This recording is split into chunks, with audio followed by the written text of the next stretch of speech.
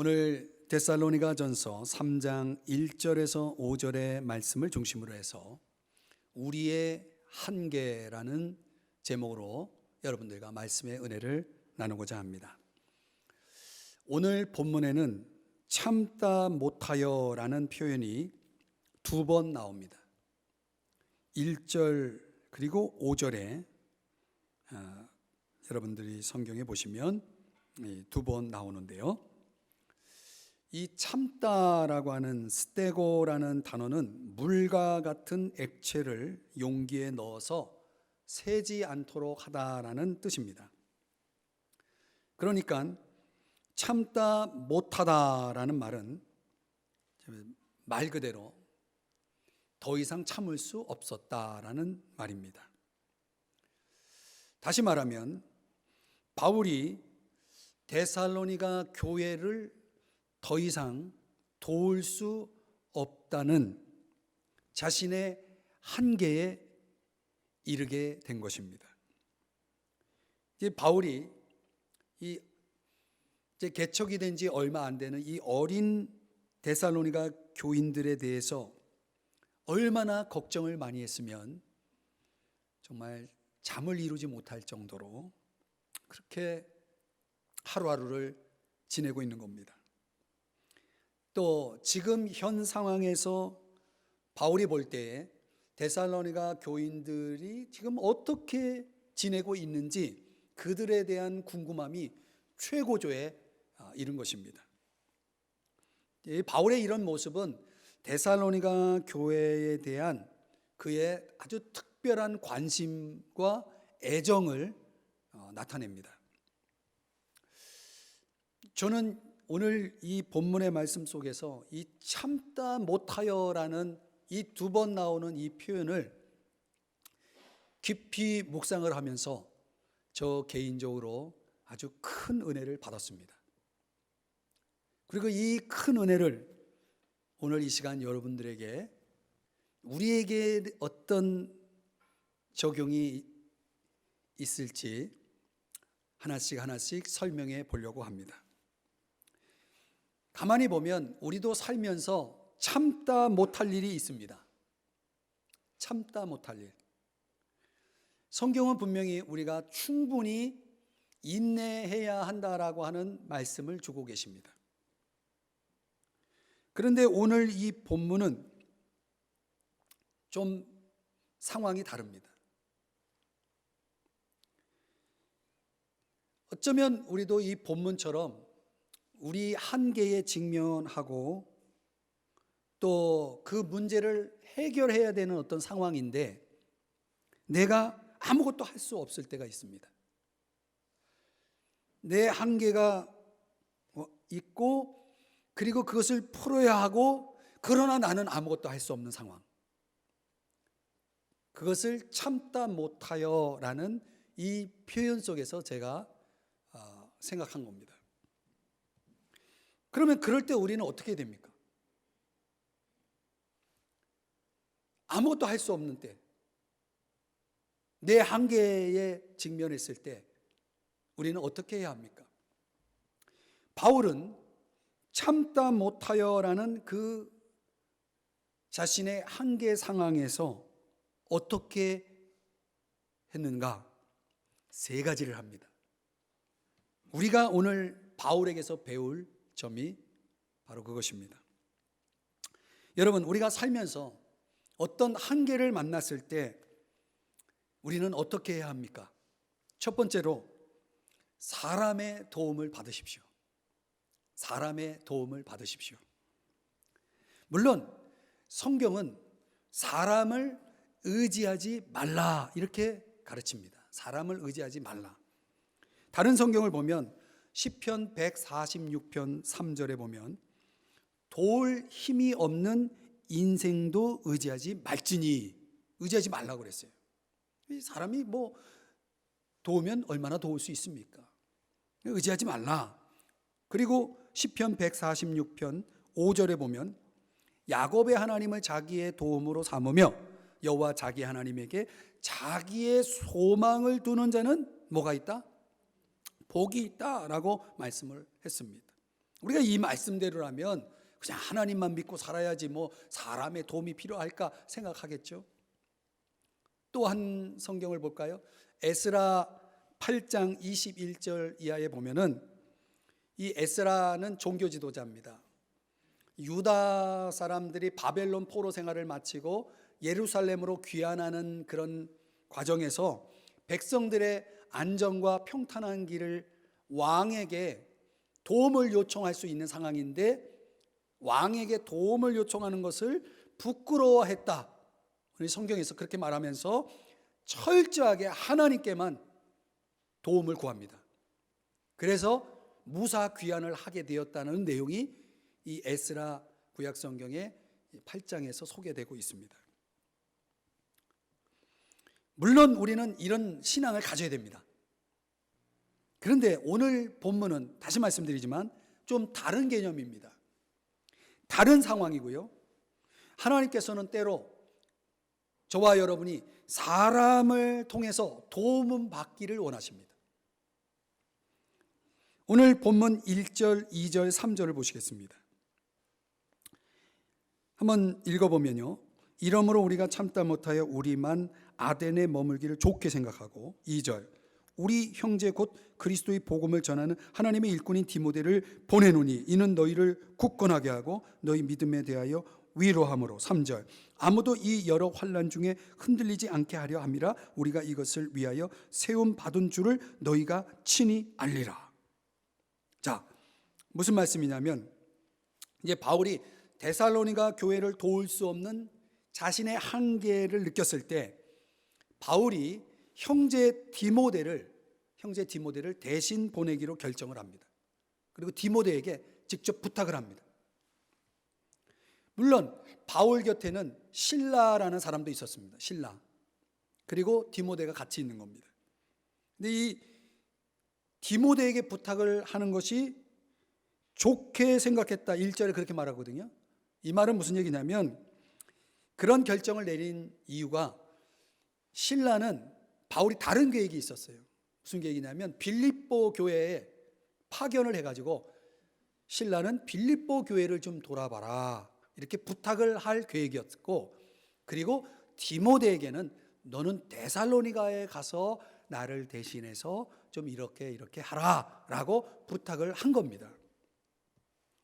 자, 그러면 여러분 디모데는 누굽니까? 디모데. 우리가 디모데를 좀 살펴봐야 됩니다. 원래 이 이름 디모데라는 이름은 하나님을 영화롭게 하다, 하나님께 영광을 얻다라는 뜻이 있습니다. 그 뜻대로 바울이 디모데전서 6장 11절에 보면은 디모데를 이렇게 부릅니다. 너 하나님의 사람아, 너 하나님의 사람아. 오늘 이 자리에 나와 하나님께 예배드리는 여러분 모두가 사람들에게 그런 말을 들었으면 좋겠어요. 당신은 진정 하나님의 사람입니다. 당신은 진정 하나님의 사람입니다. 아멘. 여러분 우리가 살면서 누가 나에게 당신이야말로 진정 하나님의 사람입니다라고 말할 수 있는 그런 삶을 살아갈 수 있기를 바랍니다. 디모데가 그런 사람이었어요. 하나님의 사람. 그런데 오늘 본문에서는 바울이 디모데를 다음과 같이 세 가지로 묘사합니다. 첫 번째는 믿음의 형제입니다. 형제. 형제라는 것은 가족이라는 뜻입니다. 영적인 가족이죠. 두 번째는 복음을 전하는 일을 얼마나 신실하게 충성되게 했는지 믿을 만한 사람이다라는 것입니다. 세 번째는 하나님의 일꾼으로서 즉 이 사역적으로는 바울의 동역자입니다. 동역자. 그런데 이렇게 디모데를 묘사하고 나서 바울이 3절에서 뭐라고 말하냐면 NIV라고 하는 영어 성경 번역본으로 소개하면 3절에 이렇게 말하는 겁니다. 잘 알다시피 우리는 고난을 당하게 마련입니다. 고난을 당하게 마련입니다. 이렇게 말합니다. 이 말은 무슨 뜻이냐면 고난을 당하도록 예정되어 있다라는 그런 말입니다. 무엇을 위해서요? 복음을 위해서. 그러니까 바울이 해야 할 일은 뭐냐면 복음을 위해서 고난을 받는 일이 바울의 역할이에요. 그런데 여러분 보세요. 지금 바울은 데살로니가에 있지 않아요. 지금 데살로니가에는 누가 있습니까? 교인들이 복음을 위해서 어려움을 겪고 있어요. 환난을 겪고 있어요. 그런데 바울은 지금 그 현장에 있지 않아요. 그리고 그 교인들을 곁에서 도와줄 수도 없어요. 바울 자신이 고난을 받도록 예정되어 있지만 지금 자기는 고난을 겪고 있지 않아요. 그들에게 달려갈 상황도 아니에요. 그럼 어떻게 하라는 말입니까? 자신이 해야 할 역할, 또 자신의 그 상황이 아무것도 할 수 없는 그런 상황에 있는 겁니다. 그때 바울이 어떻게 하냐면 그들과 함께하고 그들을 도울 수 있는 사람이 필요했던 겁니다. 그 사람이 디모데입니다. 디모데에게 부탁을 해서 그들에게 보낸 것입니다. 디모데에게 어떤 부탁을 했는가? 4가지를 부탁했습니다. 첫 번째는 데살로니가 교인들을 굳건하게 하는 일입니다.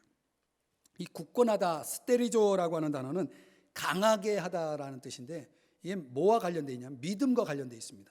믿음의 싸움을 위해서 강한 사람이 될 수 있도록 필요한 것을 공급해 주다는 뜻입니다.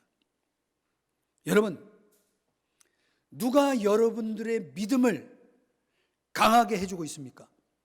여러분들의 믿음을 위해서 여러분들의 믿음에 필요한 것들을 공급해 주는 사람이 여러분에게 있습니까?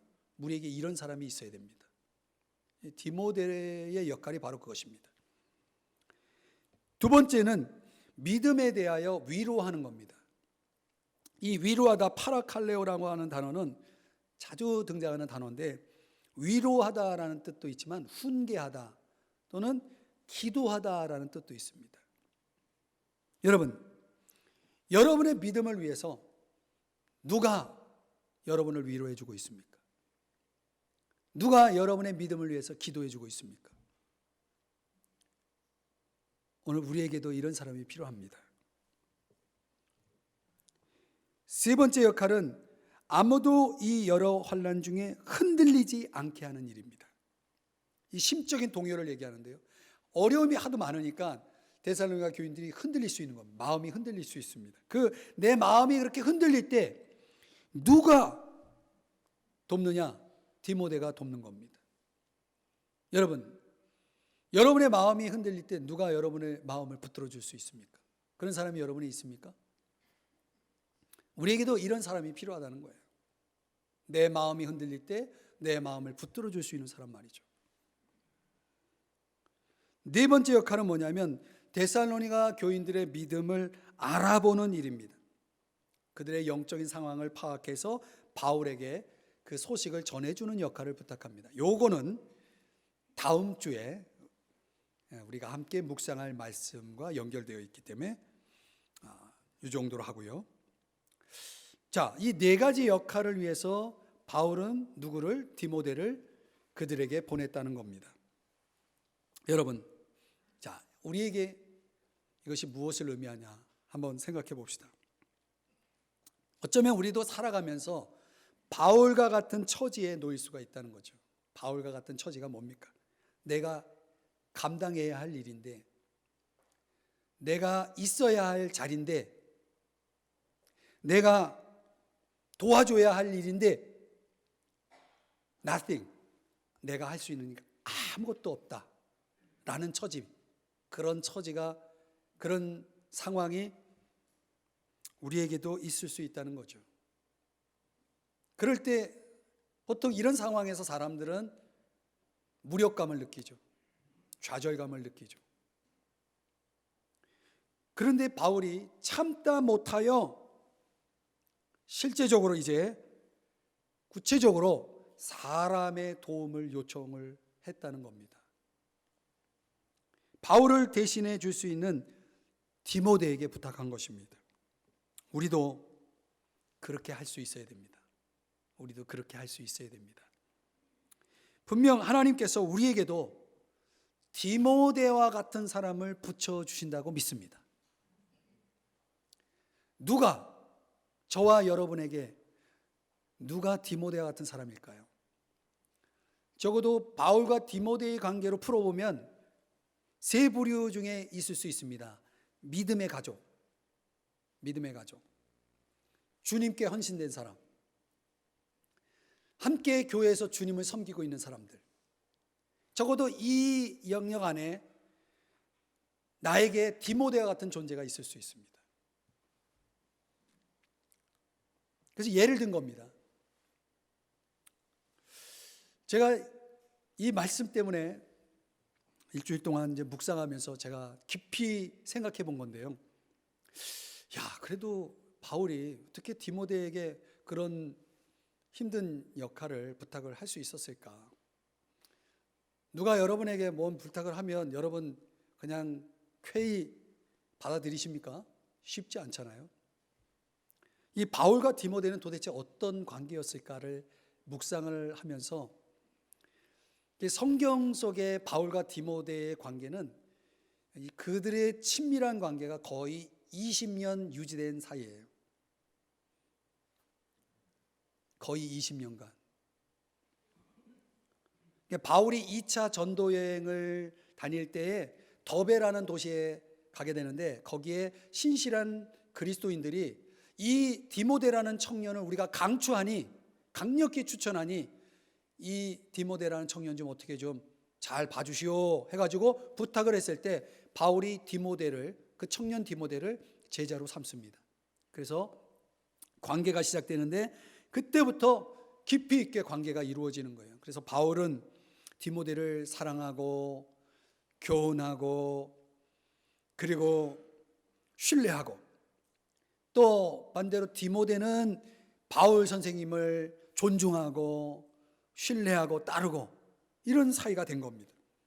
그래서 이 호모 켄트라고 하는 작가가 한 말이 이 두 사람의 관계야말로 그리스도인의 가장 아름다운 미덕을 보여주는 뛰어난 본보기다, 이렇게 묘사했습니다. 뛰어난 본보기다. 우리가 인간관계를 만들어간다고 한다면 적어도 이 바울과 디모데와 같은 이런 아름다운 관계를 우리가 가질 수 있어야 된다는 말이죠. 저는 이 본문의 말씀을 묵상하면서 정말 이렇게 친밀하고도 깊은 신뢰로 이루어진 인간관계가 있을 수 있구나, 이런 인간관계에 대한 통찰을 배우게 되었습니다.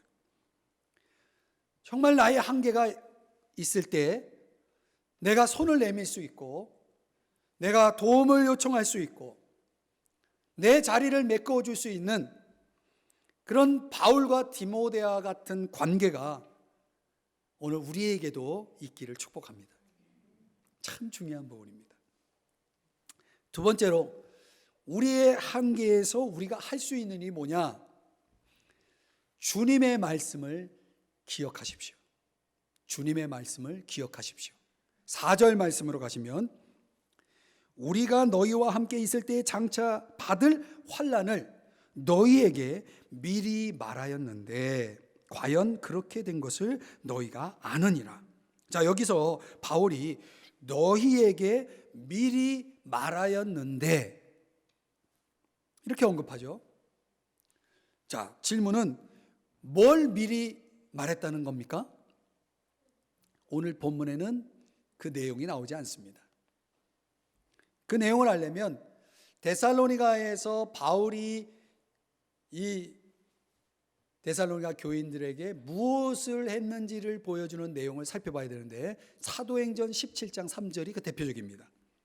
그 내용을 보면 뜻을 풀어 그리스도가 해를 받고 죽은 자 가운데서 다시 살아나야 할 것을 증언하여 이르되, 그러니까 바울이 뭘 미리 말했다라고 말하는 것이냐, 이처럼 데살로니가 교인들에게 가르친 그 가르침의 가장 중요한 핵심 뭐예요?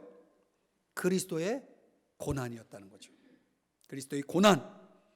이 바울은 다른 곳에서 사역할 때도 고난의 필연성을 중요하게 가르칩니다. 사도행전 14장 22절인데요. 제자들의 마음을 굳게 하여 이 믿음에 머물러 있으라 권하고, 또 우리가 하나님의 나라에 들어가려면 그 다음 많은 환난을 겪어야 할 것이라. 여러분, 여기도 또 가르치죠. 많은 환난을 겪어야 할 것이다. 바울은 왜 이렇게 믿는 자의 고난에 대해서 강조하고 가르치고 있을까? 이유가 뭘까요? 제가 답을 가르쳐 드리면 그것은 예수님의 가르침을 전수받았기 때문입니다. 바울은 예수님을 본받는 사람이에요. 예수님이 한 것을 그대로 따라하려고 노력한 사람이에요. 예수님이 제자들에게 가르칠 때 뭘 중요하게 가르쳤느냐? 바로 이거예요. 여러분, 사도행전에서 바울이 이런 것들을 가르쳤다라고 말하는 것은 다 예수님에게서 전수받은 거예요. 예수님의 가르침의 핵심이 뭡니까? 요한복음 16장 33절에 보면 예수님은 너희가 세상에서 환난을 당하나, 이런 가르침을 주셨어요. 요한복음 14장, 15장, 16장 이 세 장은 여러분이 정말 중요하게 묵상하고 살펴봐야 될 성경인데, 왜 중요하냐? 예수님이 십자가에 죽으시기 전에 제자들을 불러 모아놓고 다락방 강화, 소위 말하면 마지막 가르침을 주시는데 그 가르침의 내용이 이 세 장이에요. 그러니까 예수님이 십자가에 죽으시고 제자들을 이제 떠나야 하기 때문에 마지막으로 당부하며 강조하며 부탁한 가르침 핵심이 이 세 장 속에 다 들어있어요. 그래서 제가 이 세 장을 묵상을 해보니 이 세 장은 총 91절입니다. 91절로 구성되어 있어요. 그런데 중요한 건 항상 그 단어나 문장이 반복이 됩니다. 그래서 이 세 장에 예수님이 가장 많이 사용한 단어, 자주 사용한 단어가 뭐냐? 제가 성경을 거듭 읽어보면서 묵상을 해보니 이런 단어들이 거듭 강조됩니다. 첫째는 사랑이라는 단어, 22번 나옵니다. 두 번째는 평안이라는 단어가 3번 나옵니다. 세 번째는 기쁨이라는 단어가 9번 나옵니다. 뭐 여러분들에게는 이런 거 관심이 없지만 저는 이런 게 관심이 많아요. 이게 몇 번 나오느냐, 이게 관심이 많아요. 사랑, 평안, 기쁨은 어디서 많이 본 거 아닙니까? 성령의 9가지 열매 중에 3가지가 앞에 나오죠. 그런데 또 많이 나오는 단어가 있더라고요. 미움이라는 단어입니다. 박해라는 단어가 2번 포함돼서 미움이라는 단어를 9번 나옵니다. 그래서 제가 곰곰이 이 내용을 가지고 묵상하다가 제가 깨달은 게 뭐냐면, 주님께서 제자들에게 미움 9번을 썼단 말이에요. 그렇게 말씀하셨어요. 그리고 기쁨 또 9번 씁니다. 이게 뭐냐 말이죠. 그래서 제가 묵상한 것은 제자들이 이제 그들이 고난을 9번 받을 거란 말이에요. 9번. 그러니까 그 고난을 받는 만큼 기쁨도 비례하여 주시는 거예요. 그래서 그 고난을 이겨내라는 메시지를 주신 것이라고 제가 깨달아졌어요. 그러나 하나님은 우리가 어려움이 있는 만큼 은혜도 비례하여 주시고 기쁨도 비례하여 주시는 거예요. 저는 이런 걸 깨달을 때마다 막 희열이 느껴져요. 여러분, 이처럼 우리 그리스도인들이 세상에서 환난을 겪습니다. 어려움을 겪습니다. 이거는요, 하나님께서 허락하신 거예요. 피할 수 없는 불가피한 것이에요. 우리가 인생을 살아가는 동안 어려움을 겪는 것은 이거는 피할 수 없어요. 그런데 여러분 아십니까? 그러면서도 하나님은 그 어려움들을 능히 이겨낼 수 있도록 우리를 도우신다는 걸 믿으시기 바랍니다. 그래서 우리 그리스도인들에게 이 고난, 환난, 이 어려움이라는 것은 하나님께서 나를 버리셨다는 표시가 아닙니다. 하나님께서 나를 미워하신다는 표시도 아니에요. 그것은 우리의 믿음을 연단시켜서 우리를 성장시켜 주시려는 일종의 훈련장과 같아요. 우리를 하나님이 원하시는 신앙에 이르도록 돕는 인도자와 같은 것이다, 이렇게 말할 수 있습니다. 그런 내용이 어디 나오느냐? 성경 베드로전서 1장 6절 7절 현대어 성경으로 제가 읽어드리면, 그러므로 진심으로 기뻐하십시오. 이 세상에서는 잠시 동안 여러 가지 시련으로 괴로움을 당하겠지만 앞에는 영원한 즐거움이 기다리고 있습니다. 7절, 이러한 시련은 여러분의 믿음이 얼마나 강하고 순수한 것인가를 보고자 하는 시험에 불과합니다. 그렇죠? 그리고 중간 좀 생략하면, 여러분의 믿음이 불과 같은 시련 속에서 연단을 받은 후에도 강한 믿음으로 남아 있을 수만 있다면 여러분은 예수 그리스도 다시 오시는 그날 많은 칭찬과 영광과 영예를 얻게 될 것입니다. 이렇게 말씀을 합니다. 여러분, 우리 믿는 사람들에게 고난은 뭡니까? 이처럼 하나님의 계획의 일부라는 거죠. 야고보서 말씀을 인용해 보면 우리를 온전하고 고비하여 조금도 부족함이 없게 하기 위해서 하나님이 고난을 주신다고 말씀하고 있고, 로마서 5장의 말씀을 인용하면 거기서는 우리에게 인내를 배우게 한다라고 말씀을 하고 있고, 또 고린도후서 1장에 가보면 어려움을 겪는 다른 사람들을 이해하고 그들을 도울 수 있는 성숙한 신앙인으로 자라게 한다라는 말씀도 있습니다. 이처럼 고난은 우리를 더 효과적인 그리스도인의 삶을 살도록 돕는다는 것입니다. 믿으시기 바랍니다. 그렇기 때문에 이렇게 하나님의 계획 속에 불가피하게 우리에게 허락된 그 고난에 대해서 바울이 이야기하면서 오늘 본문으로 다시 돌아와서 4절 말씀을 보시면, 고난 중에 있는 데살로니가 교인들을 도울 수 있는 자리에 함께 하지 못하고 있는 이 바울이 참을 수가 없어서 이렇게 말하는 겁니다. 내가 미리 말하였지 않느냐? 내가 미리 말하지 않았느냐? 편지를 써서 그들에게 보낸 내용 속에 내가 미리 말하였다라는 것을 강조하고 있습니다. 요거 그냥 지나칠 수 없는 겁니다. 미리 말했다. 이거는 제가 조금 전에 설명했던 사도행전 17장 3절을 얘기하는 겁니다. 그리고 예수님의 가르침을 이야기하는 겁니다. 다시 말하면 이전에 바울이 데살로니가 교인들에게 전수했던 예수님의 말씀, 예수님의 가르침을 뭐 하라는 겁니까? 기억해보라라는 것입니다. 기억해보라. 그것을 생각해보라. 여러분, 이게 중요합니다. 이게 중요합니다. 바울이 데살로니가 교인들을 도울 수 없는 상황에서 바울이 뭘 했습니까? 그들을 도울 수 있는 말씀을 기억하도록 했다는 것입니다. 왜 그렇게 했을까요? 왜 말씀을 기억하라고 지금 바울이 하고 있는 겁니까? 사도행전 20장 32절입니다. 지금 내가 여러분을 주와 및 그 은혜의 말씀에 부탁하노니, 뭐에 부탁해요?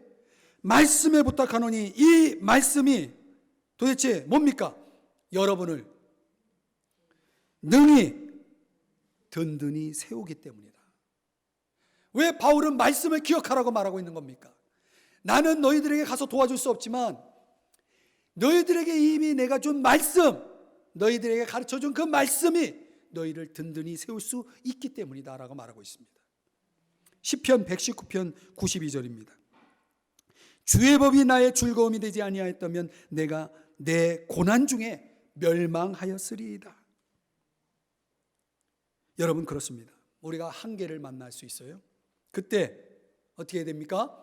아무것도 할 수 없을 때 어떻게 해야 됩니까? 주님의 말씀을 사용하라는 거예요. 주님의 말씀을 기억하라는 거예요.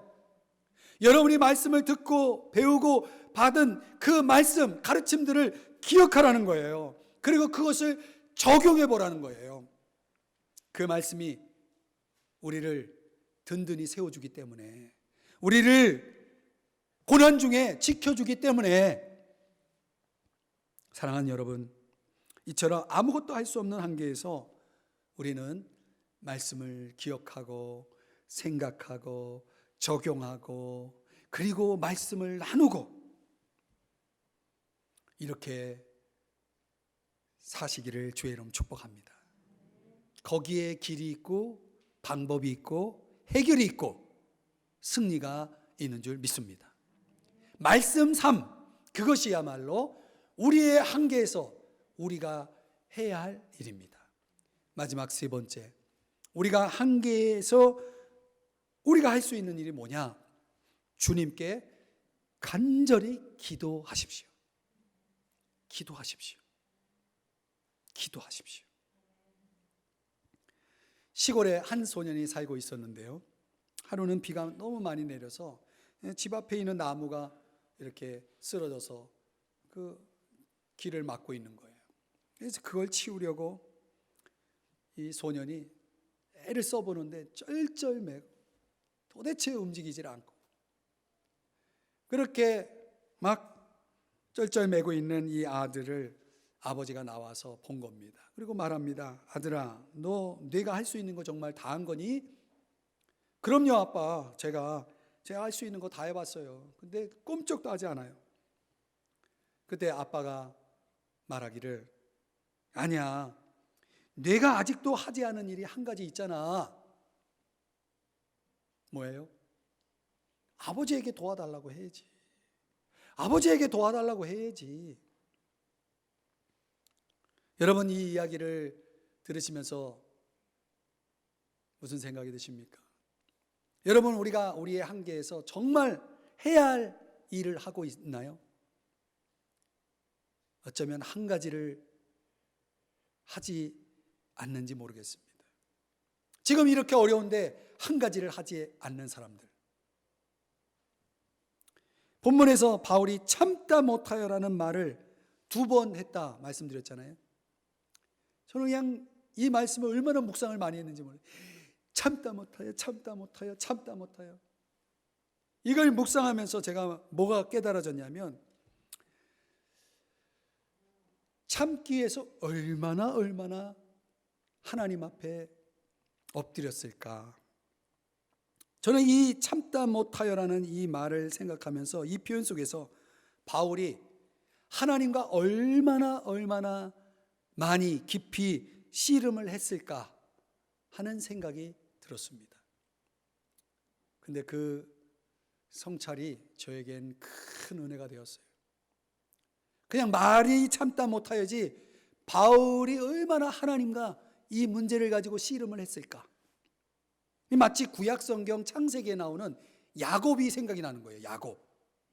여러분, 구약 창세기 성경을 읽어보셨죠? 거기 야곱이라는 사람이 야복나루에서 혼자 남아가지고 천사가 사실은 성육신하신 예수님이잖아요.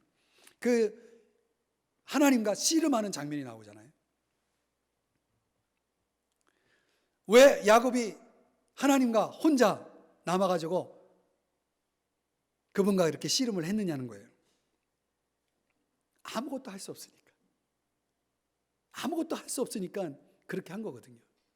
여러분, 아무것도 할 수 없다는 의미가 뭔지 아세요?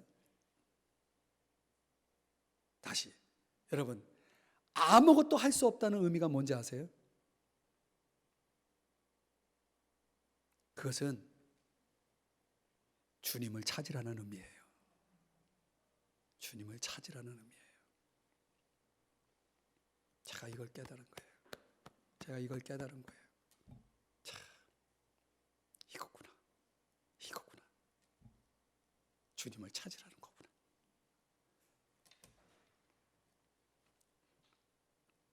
창세기 32장 26절에 보면, 그가 이르되 날이 새려하니 나로 가게 하라. 이제 하나님 말씀하시는 거예요. 야곱이 이르되 당신이 내게 축복하지 아니하면 가게 하지 아니하겠나이다. 이렇게 말합니다. 그래서 결과가 뭐냐면 창세기 32장 30절에 보면은, 그러므로 야곱이 그곳 이름을 브니엘이라 하였으니 그가 이르기를 내가 하나님과 대면하여 보았으나 내 생명이 보존되었다 함이더라. 무슨 말이에요? 여러분, 분이엘이라는 게 무슨 뜻이에요? 하나님의 얼굴이라는 뜻이에요. 야곱이 하나님의 얼굴을 본 겁니다. 여러분, 우리가 언제 하나님의 얼굴을 볼 수 있을까요? 여러분은 하나님의 얼굴 본 적 있습니까? 여러분, 우리가 언제 하나님의 얼굴을 볼 수 있어요? 그 답이 오늘 성경에서 나오는 거예요. 아무것도 할 수 없을 때 만납니다. 아무것도 할 수 없을 때, 그때 우리 하나님의 얼굴을 보게 됩니다. 야곱이 하나님께 이렇게 말씀드립니다. 당신이 내게 축복하지 아니하면, 이 말은 무슨 얘기입니까? 이 아무것도 할 수 없는 이 문제 해결해 주지 아니하면 가게 하지 아니하겠나이다. 놔주지 않겠다는 겁니다, 하나님을. 여러분, 이런 절박한 간구는 아무 때나 나오는 게 아닙니다. 아무 때나 나오는 게 아닙니다. 야곱이 자신의 한계가 극에 달했을 때, 이때 나온 겁니다. 나의 한계가 극에 달아야 이런 고백이 나오는 겁니다. 내게 축복하지 아니하면 하나님을 가게 하지 않겠습니다. 말하자면 죽기 살기로 하나님을 붙든 겁니다. 여러분, 우리의 현실 속에서 여러분은 진정 하나님을 죽기 살기로 붙들어 본 적 있나요? 거기서 결판이 나는 겁니다. 하나님을 보느냐 마느냐를. 얼마나 하나님과 강렬한 씨름을 했는지 이때 야곱이 부상을 당해서 장애인이 됩니다. 그리고 이 야곱이 자신의 잔꾀, 이 꾀가 굉장히 많은 사람이에요. 아주 우리가 이제 속된 표현으로 잔머리라고 그러죠. 잔꾀를 믿고 살아왔던 인생을 이때 내려놓습니다. 그리고 자신의 수단과 방법을 더 이상 의지하지 않고 주님을 지팡이 삼아서, 이제 지팡이 없이는 못 살듯이 주님 없이는 못 산다라는 그런 삶을 살기로 결심을 합니다. 그때부터 그 인생이 그렇게 펼쳐집니다. 여러분, 구약 성경에 또 한 사람, 유다의 여호사밧이라는 왕이 있는데 그 왕이 경험한 것도 비슷합니다.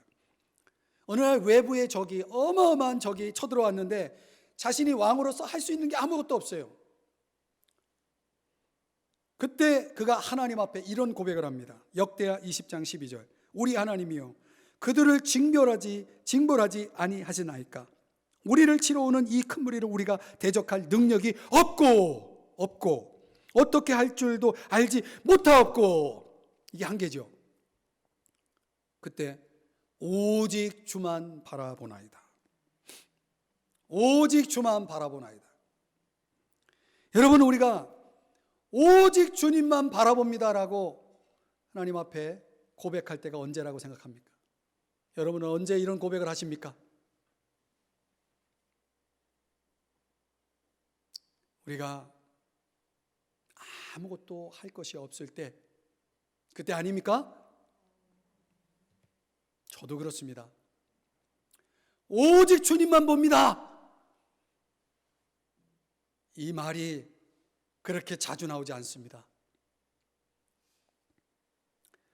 오늘 성경으로 돌아와서 오늘 1절서부터 5절까지 말씀을 묵상하다가 제가 잠깐 10절로 넘어가서 힌트를 얻었습니다. 3장 10절로 가보면 바울이 주야로 심히 간구함은, 이건 이제 다음 주 본문이기 때문에 제가 살짝 언급하고 넘어가는 겁니다. 바울이 참다 못하여 라고 하는 그 상황에서, 한계의 상황에서 뭘 했을까? 저는 이거라고 봅니다. 주야로 심히 기도했다. 저는 이 말씀의 의미를 조금은 이해할 수 있다는 생각이 듭니다. 왜냐하면 저는 목회자입니다.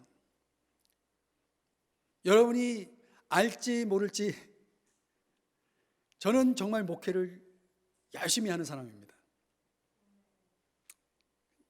그냥 모르셔도 괜찮습니다. 이 목회는 열심히 해야 된다는 생각을 항상 갖고 있는 사람입니다.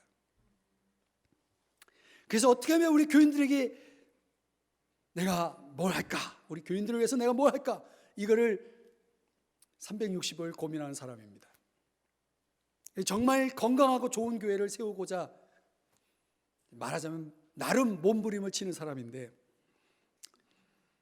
이 곰곰이 목회를 돌아볼 때 그렇게 목회를 열심히 하면 뭐가 나타나야 되는데 그게 생각처럼 잘 안 돼요. 그래서 제가 정말 목회적인 한계를 느낄 때가 한두 번이 아닙니다. 이렇게 열심히 하는데 왜 결과가 아직 이거지? 제가 목회에서 느끼는 목회적 한계라는 것은 여러분들에게 이 자리를 비워서 다 말씀드릴 수 없지만 굉장히 종종 이 슬럼프라는 것에 제가 빠질 때가 있습니다. 그리고 그때 제가 깨닫는 게 뭐냐면, 목회는 내가 뭘 하는 게 아니고 하나님이 하시는구나. 이걸 그때 제가 깨닫는 거죠. 하나님이 하시는 게 목회구나. 목회는 이철이가 하는 게 아니고 하나님이 하시는구나. 이걸 깨달으면서 제 안에 하나님 앞에 무릎의 중요성, 기도의 중요성을 실감하게 하신다는 거죠. 기도해야지. 저는 바울이 주야로 심히 기도한 이유가 바로 이것이라고 봅니다. 그의 목회에 있어서 하나님의 영역, 이 신적 영역을 그는 너무나 잘 알고 있었던 것이죠. 정말 한 사람 한 사람이 변화되는 것이 이게 바울이 하는 게 아니고 하나님만이 하실 수 있는 거다라는 것을 바울은 너무나 잘 알고 있었던 것이죠. 고린도전서 3장 6절 7절에 보면 나는 심었고 복음을 심었다는 겁니다. 바울이 아볼로는 물을 주었고, 아볼로는 말씀을 가르치는 성경교사입니다. 그들이 열심히 하지만 오직 하나님께서 자라나게 하셨나니. 7절 심는 이나 물 주는 이나 아무것도 아니로되. 아무것도 아니에요. 이철이 목사도 아무것도 아니에요. 오직 자라게 하시는 이는 하나님뿐이니라. 고린도전서 3장 10절 내게 주신 하나님의 은혜를 따라 각각 어떻게 그 위에 세울까를 조심할지니라. 저는 이 말씀을 깨달아야, 저 자신을 포함해서 이 말씀을 깨달아야 진정한 목회가 가능하다고 생각하는 사람입니다. 왜 제가 저의 목회 이야기를 여러분에게 하느냐? 그것은 이 원리가 목회자인 저에게만 아니라 우리 모두에게 적용될 수 있다는 거죠. 여러분도 살면서 한계를 만나지 않습니까? 그런 거 없어요? 그 한계가 여러분으로 하여금 더 이상 여러분이 아무것도 할 수 없는 지경으로 몰아넣지 않습니까? 아시나요, 여러분? 그때가 바로 여러분의 골방이 마련되는 순간이라는 거예요. 골방 아시죠? 골방. 예수님이 마태복음 6장에서 하신 말씀. 그 골방에 들어가야 하나님을 1대1로 만날 수 있는 거예요. 하나님을 1대1로 만나는 겁니다. 그때 야곱이 하나님의 얼굴을 본 것처럼 분이엘, 그때 그 사람이 골방에 들어간 사람이야말로 하나님의 얼굴을 보는 경험을 하게 되는 겁니다. 저는 우리의 한계의 극치가 바로 그 분이엘을 경험하는 절호의 기회라고 믿습니다. 절호의 기회입니다. 하나님을 하나님 되게 하는 자리입니다. 그때야말로 우리가 진정 피조물이라는 것을 깨닫습니다. 나는 피조물이구나. 그리고 저분이 나의 창조주 하나님이시구나. 이걸 깊이 깨닫게 되는 겁니다. 사랑하는 여러분, 우리가 아무것도 할 수 없는 상황에서 사람의 도움을 받을 수 있습니다. 또 말씀을 사용할 수도 있습니다. 그러나 무엇보다도 우리는 골방으로 들어가서 하나님을 붙들어야 됩니다. 하나님을 붙들어야 됩니다. 그분에게 도움을 청해야 합니다. 그래야 하나님을 깊이 경험하게 되는 겁니다. 그래야 여러분의 간증이 나오는 겁니다. 여러분의 간증이 나오는 겁니다.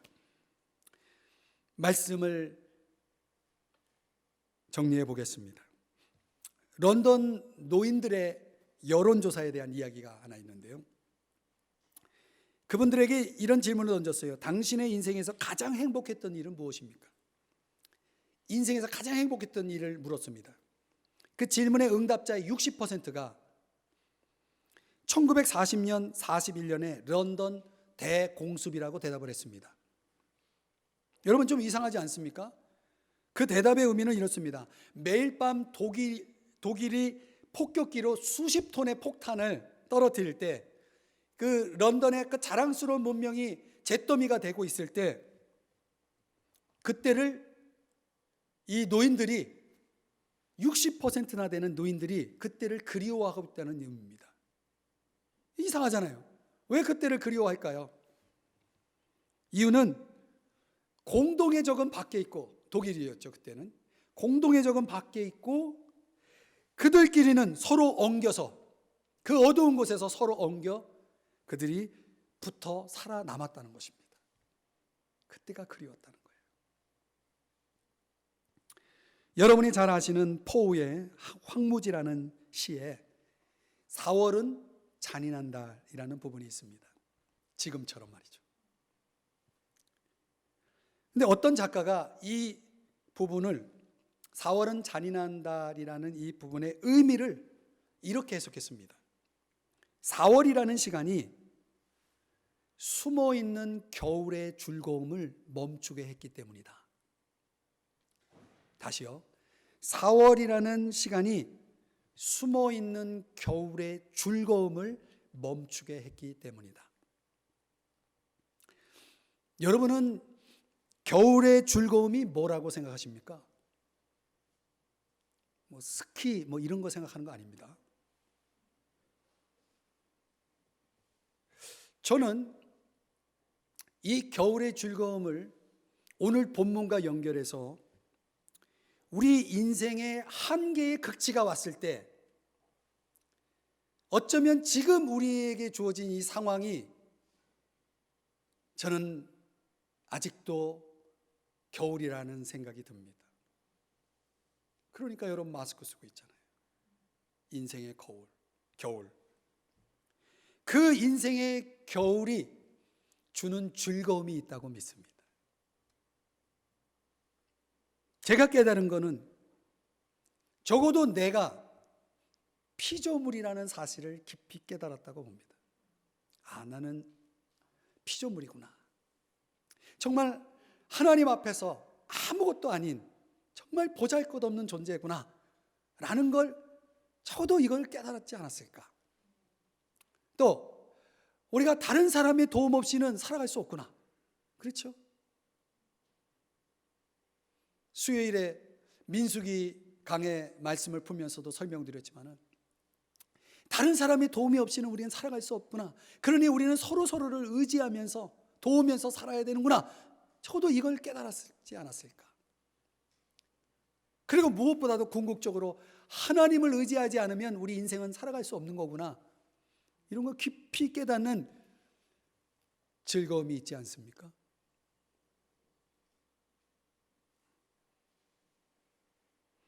저는 오늘 이 본문을 한 주간 묵상하고 말씀을 준비하면서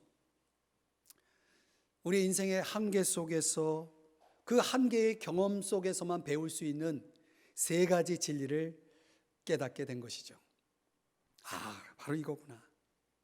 첫 번째로, 정말 친밀하고도 깊은 신뢰의 인간관계, 그 영적인 인간관계가 필요하구나. 나에게 그런 관계가 있어야 되겠구나. 두 번째로는 주님의 말씀을 기억하고 묵상하고 적용하는 말씀 삶이, 이게 참 중요하구나. 그리고 세 번째는 한계의 극치가 제공해주는 기도 골방의 축복, 이 축복, 기도 골방의 축복이 있구나. 요 세 가지를 적어도 저는 깨달았고 오늘 여러분들에게 나눴습니다. 오늘 이 시간 이 말씀을 듣는 여러분들 속에 이 인생 겨울이 주는 즐거움이 있기를 주의 이름으로 축복합니다.